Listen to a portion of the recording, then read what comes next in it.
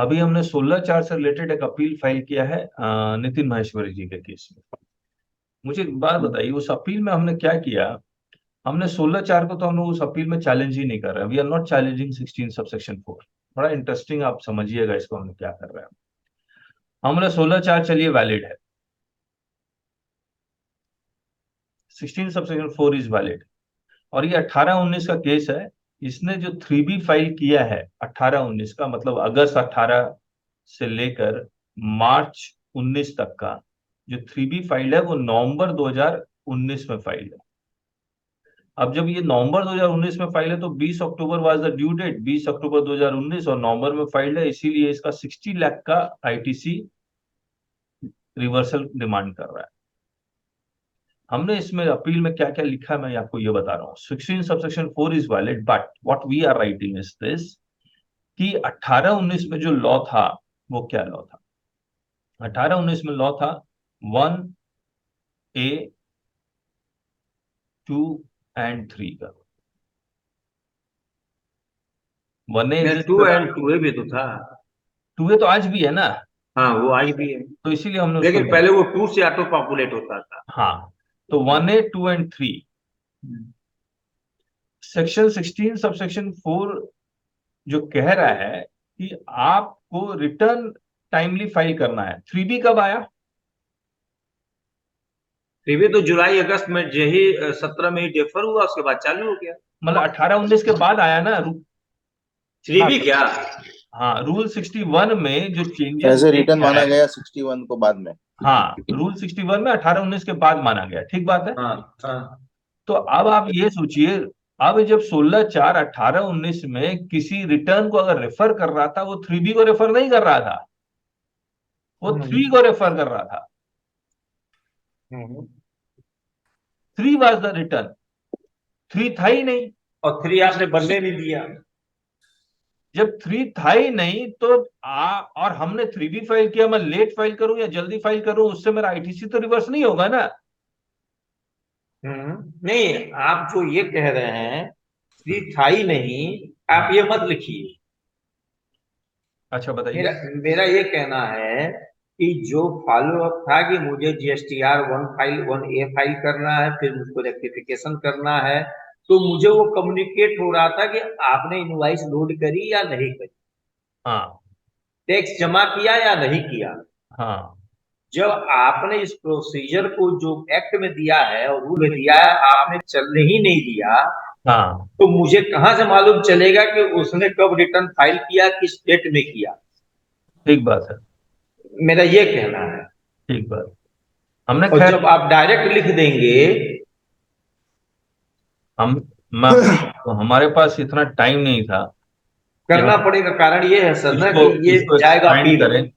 एक मिनट रुकिए, मैं आपको है ना जो अपील के जो हमने लिखे हैं वो आपको मैटर दिखलाता हूँ, फिर हम लोग बात करते हैं। रुक जाइए। आज जितेंद्र सोनी बहुत टाइट दिखाई दे रहे हैं। देखिए, credit has been rightly been claimed, credit has rightly been claimed on the basis of GST law as the law existed before 1st October 2022. The credit has been taken provisionally on the basis of Section 41. For the period 18-19, 41 allowed taking of credit on provisional basis subject to the satisfaction of condition as specified in Section 16. The relevant Section 41 is extracted before and after amendment. तो before 1 October 2022 इसमें ये लिखा हुआ था, take the credit of eligible input tax as self assess in his return and such amount shall be credited on a provisional basis to his electronic credit ledger. अब उन्होंने ये take word और provisional दोनों word हटा दिया, लिखा be entitled to avail the credit of eligible input tax as self assess in his return and such amount shall be credited to his electronic credit ledger. अब कुछ लोग इसको take को इंटरप्रेट ये कर रहे हैं कि अगर मैंने बुक्स ऑफ अकाउंट्स में ले लिया है तो दैट इज माई, उसको हम लोग टेक कहेंगे, और 3B में लिया है तो उसको अवेल कहेंगे। तो ये एक इंटरप्रिटेशन चल रहा है। दूसरा, प्रोविजनल बेसिस हटाने के बाद, कि इस यहाँ पर हटाने के बाद ये इसका मतलब ये हो गया कि जितना 2B में आएगा उतना ही लेंगे, प्रोविजनल बेसिस पर आप कुछ एक्स्ट्रा क्रेडिट नहीं ले पाएंगे। तो लेकिन 1 अक्टूबर 2022 और जबकि हमारा केस जब 18-19 का है तो we were allowed to take the credit on provisional basis. तो ये है, तो हमने उसी बेसिस पे 3B में क्रेडिट ले लिया। फिर ये section 41 was substituted, take of provision वो हमने लिखा हुआ है। फिर the applicability of section 16 subsection 4 was wholly dependent on the operation of form GSTR 1A, 2 and 3, which was never made operational and was ultimately omitted. The details of omission of the said forms are detailed below. 1A description और effective date of omission 1 October 2022 और notification number ये this 2, 3. For the period 18-19, 3B was not a return as per Rule 61. Rule 61 was substituted with effect from 1 January 2021. By this, the relevant Rule 61 is extracted below. तो 1 जनवरी 2021 को shall furnish a return specified under subsection 1 of 39 in form 3 electronically. इसके बाद ये effective date देखिए 1 जनवरी 2021 है, जहां पर वो 3B लेके आए। Section 16, Section 4 can be applied if the appellant had filed GSTR 3 and not when it had filed 3B, and therefore the appellant is entitled to take credit, and restriction imposed under Section 16, Subsection 4 cannot be applied. हमारे पास time होता तो हम लोग वो communication वाला, matching वाला वो सब लिखते, लेकिन अब टाइम नहीं है। अब जब अपील में जब ये केस आएगा तब एडिशनल डॉक्यूमेंट सब डाल देंगे। अब तो बताइए मामला ट्राइब्यूनल तक जाएगा? हाँ हाँ बिल्कुल जाएगा, लेकिन इस खैर ये वो ट्राइब्यूनल ट्रिब्यूनल तक तक की मत बात करिए, हो सकता है हाईकोर्ट तक जाए। नहीं नहीं नहीं नहीं, एक्चुअली है ना, ये कहीं नहीं जाने वाला। ये फर्स्ट अपीलेट अथॉरिटी ही इसको खत्म कर देगा, क्योंकि जुरिडिक्शन का भी इशू है। स्टेट का बंदा है, सेंटर वाला जुरिडिक्शन ये नोटिस इशू किया। दूसरा कि ये DRC 0107 कुछ भी पोर्टल पे अपलोडेड नहीं था, डिन नहीं नहीं, सही है वैलिड था, सर। तो वो अभी तो हाँ, तो अभी इसलिए कहीं का कोई डिसीजन है क्या ऐसा कि आपने जब पहले ही जब अपना वो क्वेश्चन एराइज नहीं किया, नहीं, आप क्षेत्राधिकार समझे में तो नहीं। नहीं कर आप राजेश जी, सिर्फ एक इशू नहीं है इसमें, वही वाला जुरिडिक्शन वाला इशू नहीं है। DRC 07 अपलोडेड नहीं है, 1 अपलोडेड नहीं है, ये सब भी इशू है, डिन सकते। हाँ तो इनवैलिड है, वो सब वो लिखना सब लिखे पहले। उसमें। हाँ वो सब लिखा हुआ है, मैं दिखला नहीं रहा हूँ, वो सब लिखा हुआ है। ठीक ठीक है। ठीक है, तो हाँ तब इसीलिए तो फर्स्ट समाप्त हो अपीलेट, जाएगा हाँ ट्रिब्यूनल तक। फर्स्ट अपीलेट अथॉरिटी और एट द मैक्स ट्रिब्यूनल तक ये खत्म हो जाएगा। ट्रिब्यूनल तक ही मान के चलिए, फर्स्ट अपीलेट अधिकारी तो उन्हीं के ही होते हैं, दबे हाँ। रहते हैं सब। हम्म।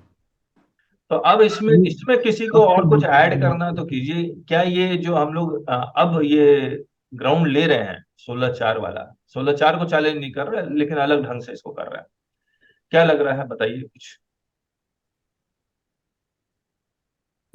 फर्स्ट अपील से तो उम्मीद नहीं है इस बिंदु पे, नहीं नहीं, ट्रिब्यूनल अब और नहीं हाईकोर्ट नहीं, तक भले मिल जाए। उसको छोड़ दीजिए। 16/4 का अब तो इसमें लीगल मामला हो गया, वो इंटरप्रेट करने के लिए, नहीं लेकिन नहीं, बाकी बिंदु से तो निकल जाएगा, क्योंकि आप जो हाँ बोल रहे ये थे जुडिक्शन वाला जो है वो मान फर्स्ट लीजिए, ट्रिब्यूनल में निकल सकता है। नहीं नहीं दिनेश जी, मैं कुछ और बात आप लोग से पूछना चाह रहा हूँ। मान लीजिए अगर कोई केस आप लोग के पास आता है 18-19 का, 19-20 का, 20-21 का, और सिर्फ यही एक मामला हो, तो हम्म। इसमें और क्या एडिशन कर सकते हैं इस ग्राउंड में, सिर्फ इसी ग्राउंड में, बाकी जुरिडिक्शन ये सब इस पर्टिकुलर केस को छोड़ दीजिए, ऐसे पूछ रहा हूँ मैं।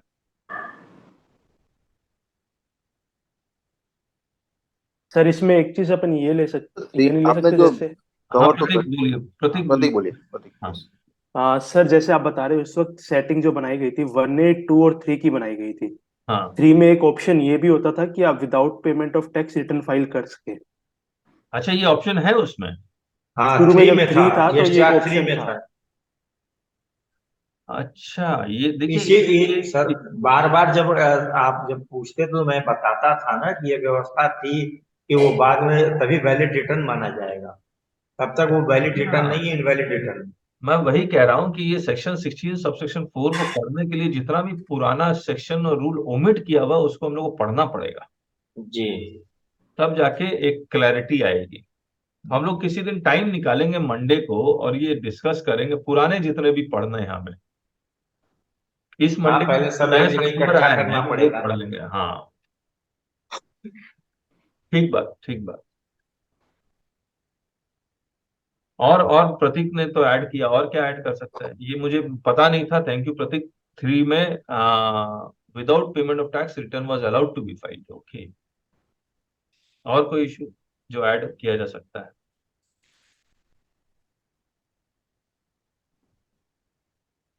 सर 16/4 का जो भी नोटिसेस इशू हुए हैं अभी तक, वो सारे केसेस में पेमेंट तो करना ही पड़ा है ना, और कोई मतलब एसएससी फेवर में कुछ आया ही नहीं है अभी तक। नहीं नहीं, तो पेमेंट क्यों करना पड़ा? अगर आप फिर चैलेंज, मान लीजिए जो हाई कोर्ट में गया और हार गया, वो तो पेमेंट करेगा ही करेगा, लेकिन जो हाई कोर्ट में नहीं गया और अपीलेट अथॉरिटी फिर ट्रिब्यूनल के अकॉर्डिंग जा रहा है, तो पेमेंट क्यों करेगा? वो वेट करेगा। तो लेकिन सर अपीलेट अथॉरिटी जो भी हम ये दे रहे हैं वो एक्सेप्ट करेगा, बोलेगा ये तो लॉ के देखिए, खिलाफ है। हाई कोर्ट ने अभी तक जो जजमेंट पास किया, दो हाई कोर्ट ने, उसने कहा 16/4 वैलिड है। हम भी मान रहे हैं 16/4 वैलिड है। ये ग्राउंड तो हमने लिया ही नहीं है, हमने तो ग्राउंड अलग ही ले लिया। तो इसको क्यों पेमेंट करना पड़ेगा? अगर इसमें ये चैलेंज करते 16/4 इनवैलिड है, तब तो शायद अपीलेट अथॉरिटी में भी केस हारते और ट्रिब्यूनल में भी केस हारते, क्योंकि दो हाई कोर्ट के जजमेंट है। लेकिन हमने 16/4 को चैलेंज ही नहीं करा, हम लोग का ग्राउंड अलग है, अमित जी। सर ये जो नवंबर में इन्होंने लिया है ना, ऐसा ही ये बहुत सारे लोगों ने नवंबर में आईटीसी लिया था। इसके लिए लिया था क्योंकि उस टाइम पे एक एम्यूनिटी स्कीम आई थी कि आप जीएसटीआर 1 फाइल करो, आपको कोई लेट फी नहीं लगेगा। नवंबर में ही आया था ये 2000, ये जो जो पीरियड, जिस पीरियड में इसने फाइल किया है, क्योंकि मैंने भी किया था, ये तो मुझे एक थ्री बी, पार्टी का आया था नोटिस। एक मिनट, 3B के लिए नहीं आया था ना, ये तो 3B का मैटर है। वन वन के लिए था, वन के लिए था कि आप वन, वन फाइल कीजिए। तो 1 और 3B से कोई रिलेशन नहीं है ना फिलहाल इस केस में। सर कैसा था, मतलब लोगों ने वन फाइल किया तो साथ में 3B भी फाइल करके जितने भी पेंडिंग रिटर्न थे अपडेट किए। मैं समझ गया, लेकिन उससे आपको रिलीफ नहीं मिलने वाली है, उस नोटिफिकेशन से या लेट फीस वाला। और कोई एडिशन किसी को करना तो कीजिए। सर इसमें मैं एक आर्ग्यूमेंट और सुन रहा था एक सर का।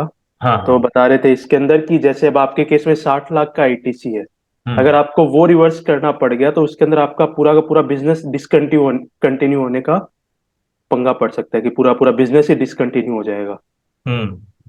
तो सर उन्होंने ये ग्राउंड भी एक बताया था कि बिजनेस डिसकंटिन्यूएंस आप एक इस चीज का आप नहीं कर सकते कि मेरा पूरा पूरा बिजनेस डिसकंटिन्यू हो जाए, मेरे प्रॉफिट मार्जिन तो इतने से ही है, और अगर मेरे को ये पे करवाना पड़ गया तो मेरे को एक्चुअली इतनी पेमेंट करनी पड़ जाएगी कि मेरे सारे मार्जिन खत्म होके और मेरे को आउट ऑफ पॉकेट इतना एक्सपेंस पे करना पड़ जाएगा, सिर्फ एक रीजन से। तो हर बिजनेसमैन यही करे फिर? हाँ सर, उन्होंने थोड़ा सा कॉन्स्टिट्यूशन का भी रेफरेंस लिया था कि कॉन्स्टिट्यूशन में आप राइट टू बिजनेस का आप हैम्पर नहीं कर सकते। नहीं नहीं, फिर मैं तो ये कह रहा हूँ हर बिजनेस पेमेंट टैक्स पे करने का छोड़ दे, पे ही नहीं करे। 5 साल बाद जब नोटिस आया तो फिर यही ग्राउंड ले ले। फिर कोर्ट, इस ग्राउंड पे कोर्ट रिलीफ नहीं देने वाला है, भूल जाइए। ये सबमिट करे છે ને એટલે समझ रहे हैं आप क्यों कह रहा हूं मैं ऐसा? Yes sir.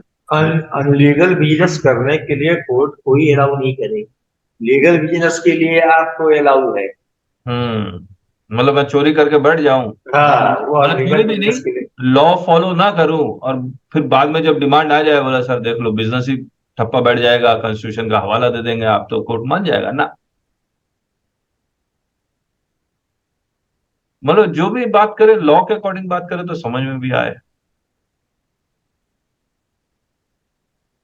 और कोई एडिशन? वेदेंद्र जी से पूछिए। पुष्पेश जी, जी सर। बोलिए बोलिए, आप लोग बोल ही नहीं रहे कुछ। नहीं सर, मेरे हिसाब से सर ठीक है, और ये स्टैंड भी आपका ठीक है कि वो दो हाई कोर्ट हमारे अगेंस्ट में है, तो ये पॉइंट तो सब वैलिड है। और सर इसको देख के लग रहा है कि अपने आप में कंप्लीट है, इसमें कुछ और एडिशन की आवश्यकता लग नहीं रही है। हम्म। और यही पॉइंट है सर जो मुझे लगता है कि अभी सस्टेन कर सकता है और वैलिड भी है। बस यही है कि अपीलेट उस चीज को समझे कि जो हाँ अमेंडमेंट है वो बाद में आया है, हाँ। वो उस चीज को अगर वो समझ के अगर वो जजमेंट पास करे तो सर यही थोड़ा सा मुश्किल लग रहा है मुझे, ट्राइब्यूनल तक शायद थोड़ी आसानी होगी। बस अपीलेट तो ना लगाए सर इसका दिमाग। ठीक बात। चलिए फिर कंक्लूड करते हैं। और बाकी जो हम लोग का जो जीएसटी प्रीमियम क्लब है, जहां पर हम लोग आप लोग के नोटिसेस डिस्कस करते हैं, लाइव डिस्कशन होता है, आप लोग सबका हम लोग ग्रुप में डिस्कशन करते हैं, तो बाकी लोगों को भी जोड़िए ताकि फायदा हो सभी को, हम लोग भी सीखें। जब लोग जुड़ते हैं तो उनका ओपिनियन बहुत मैटर करता है, तो एक ग्रुप, एक स्ट्रांग ग्रुप और रिच ग्रुप हो जाएगा। तो हम लोग सबका स्वार्थ भी है जुड़ने का। चलिए,